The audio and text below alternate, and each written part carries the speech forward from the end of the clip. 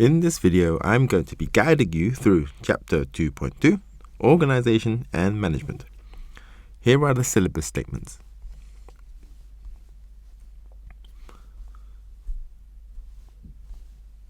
Firstly, what is organisational structure? This refers to the levels of management and division of responsibilities within the business. The benefits to this is that all employees are aware of which communication channel to use when it comes to contacting their superiors. Employees can see their own position inside the organisation, and it shows the links and relationships between different departments, and lastly, it gives a sense of belonging for the employee within the business.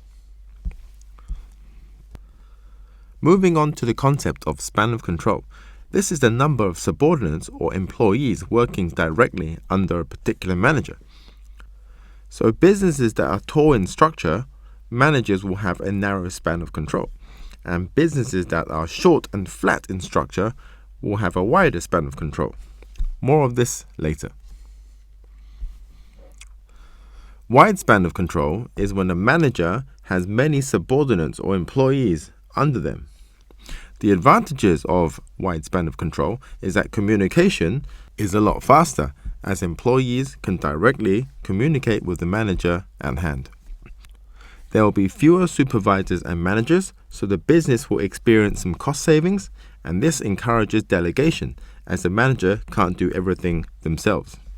The disadvantages of a wide span of control is that the manager will have less control over the operations of the business.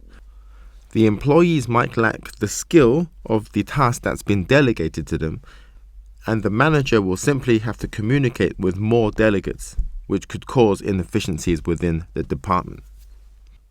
So moving on to narrow span of control. For my example on the right here is for a school.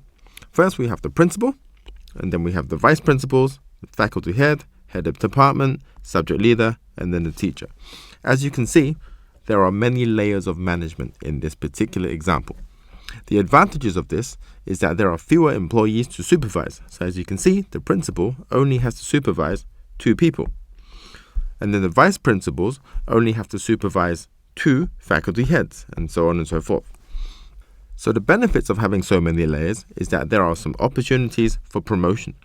The disadvantages, however, is that communication will be very slow. Imagine a teacher had a bit of a problem and wants to inform the principal. The communication will have to go through the subject leader, head of department, faculty head, vice principal, and then finally to the principal. This will be very slow. And furthermore, employees will be distanced from the senior management because they will not be directly communicating and working with the principal, for instance. So, chain of command. This is the structure of an organization that allows instructions to be passed on from senior management to lower levels of management.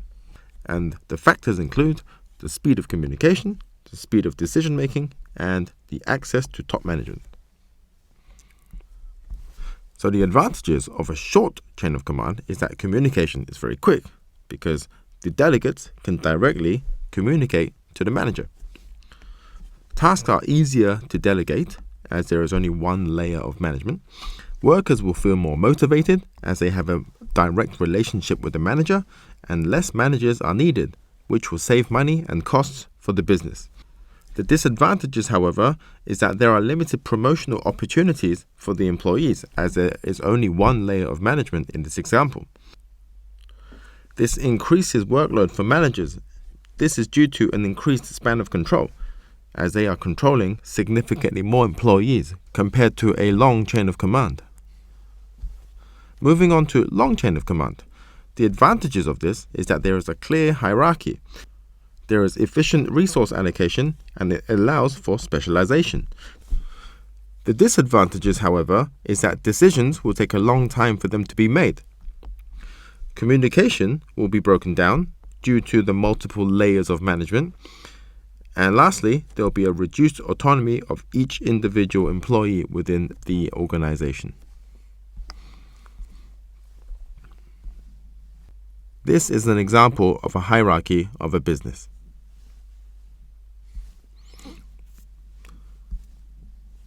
So what are the roles of management? Firstly, management requires planning. This is to set aims and targets for the organizations to achieve. They need to set goals. They give employees direction and a sense of purpose. They plan for the resources and employees required, and they allocate and delegate responsibilities to their subordinates. They also organize, as they organize the resources of the business. It's their responsibility to ensure that they are able to recruit the best employee for the job. Also to make sure that no two people are doing the exact same job, and to ensure that they are utilizing efficient and effective use of resources for the business. Thirdly, they need to coordinate, as they need to make sure that each department is coordinating with each other. This requires effective communication between departments. They need to work together collaboratively and have regular meetings between the departments. A manager also commands. What they do is they guide, they lead, they supervise, they provide clear instructions to the employees, and also they need to be keeping to deadlines. Lastly, controlling.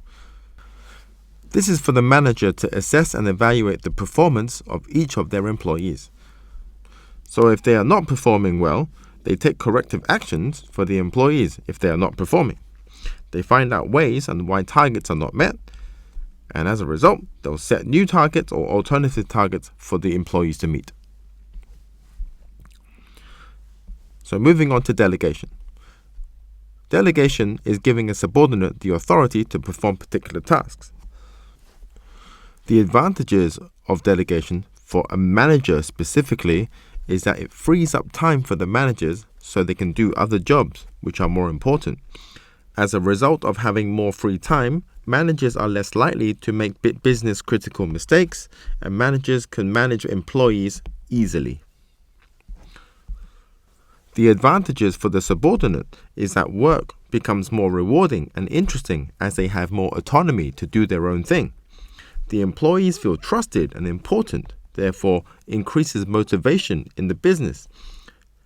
This trains the workers and gives them career opportunities as they are able to develop their own skills. Now, some managers are reluctant to delegate. This is because they are afraid that the subordinate might fail at the job. They would rather control and do everything themselves. And finally, the subordinate might actually do a better job than they can, making them look bad. So the importance of having a good manager in any business is that they should motivate employees. They should give good guidance and advice. They should be able to inspire the employees. They should be able to allocate resources effectively, keeping costs under control, and to make sure that the business is profitable. So moving on to leadership styles. Our first leadership style is autocratic. This is when the leader expects to be in charge of the business.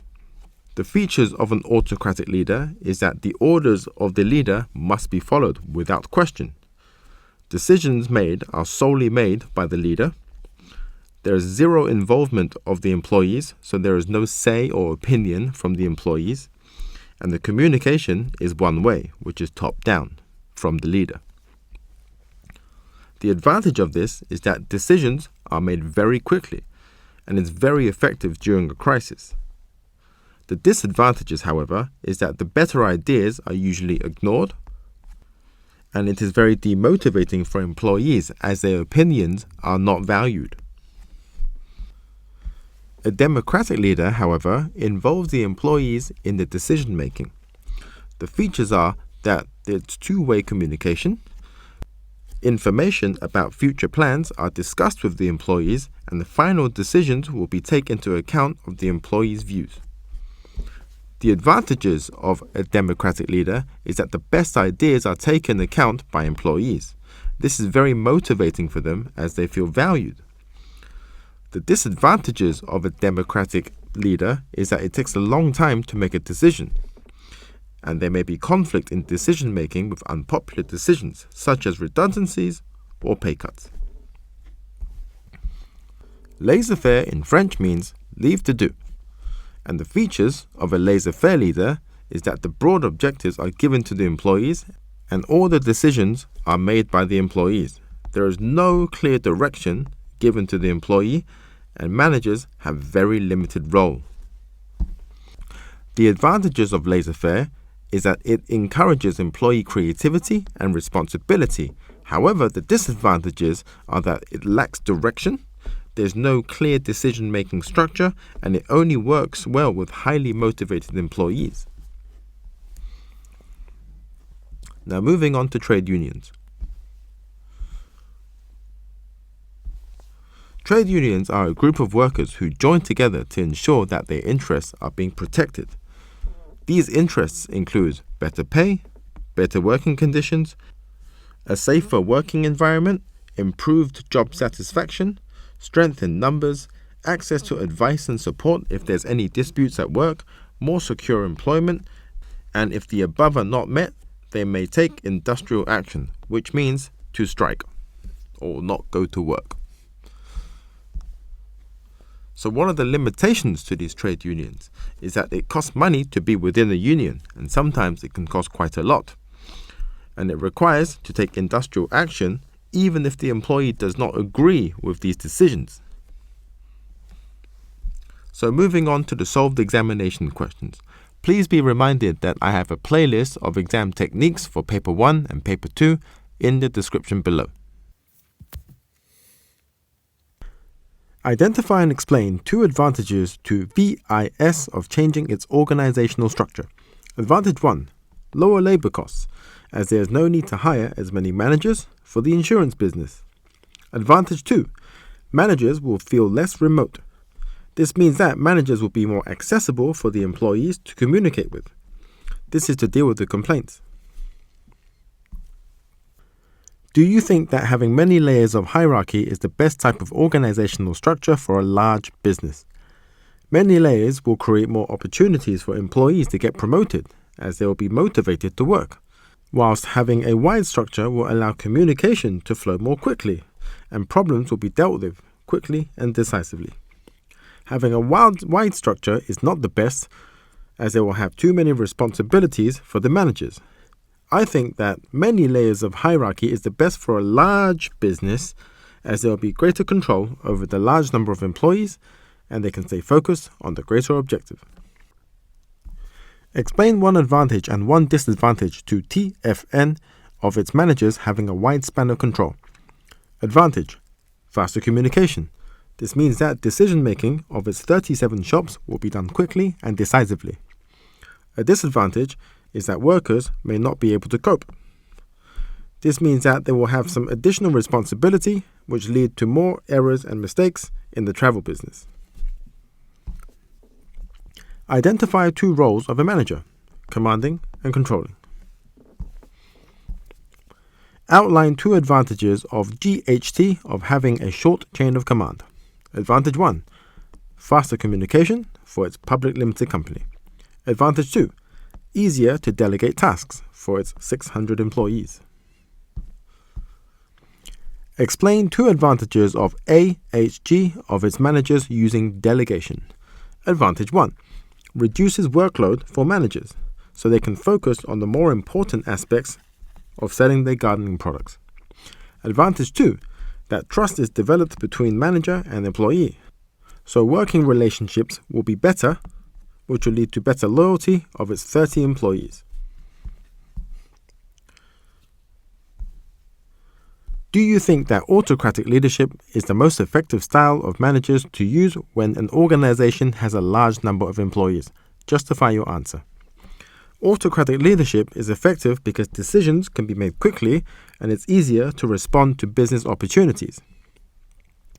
Democratic leadership is more effective because it takes consideration of the employees, which motivates them, elevating productivity and efficiency. Upon evaluation, democratic leadership is not the most effective because it is slow and bureaucratic. Therefore, I think that autocratic leadership is the best for a business with a large number of employees, as it provides them with clear and decisive directions which will ensure that the business objectives will be met. Identify and explain 2 ways a trade union will help WKN's employees. Way 1, improve working conditions for its head office. Way 2, strengthen numbers of its 1,800 employees to prevent redundancy. I hope that helped. I hope you guys have a good day. Bye-bye.